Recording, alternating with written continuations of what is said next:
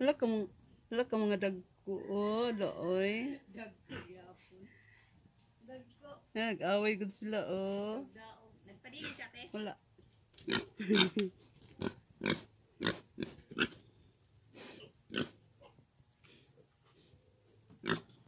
Joanna te. Ala, ay, nagatas di ka, Joanna. Joanna, oh, nagatas ka. Nagatas imong baba. Ano man na, Joanna? Sila ko te. Ha? Tara pagkaon ni Joanna. Ngayon ay alas 2 na ng hapon, oras na para magbigay tayo ng merenda sa ating mga alaga. Awa ko sa Ah, grabe ni Joanna. Dako agkaon, ay. sinahan kaya sa lagmadre di ako. Kaluoy pud ano, uy. Naman. Ano ko na may pakaon nimo? Merinda man ni nila.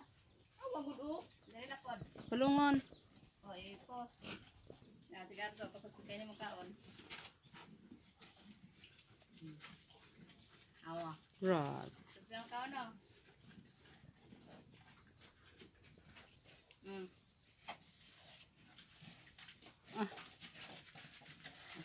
Grabe.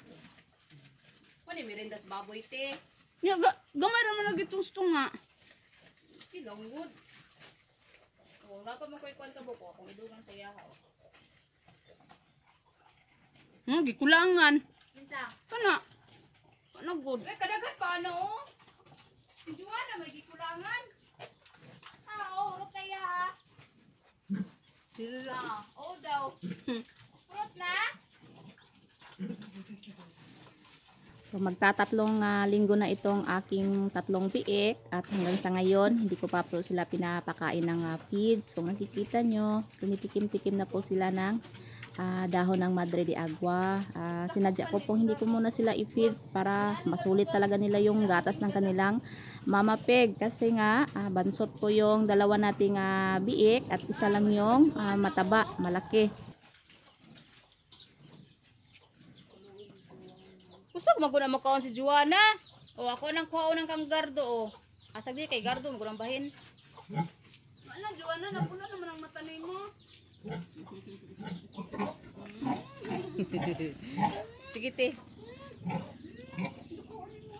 Aliw na aliw yung auntie ko sa kay Joanna kasi matakaw kumain at ang laki daw. So si Joanna manganganak na po to sa susunod na buwan.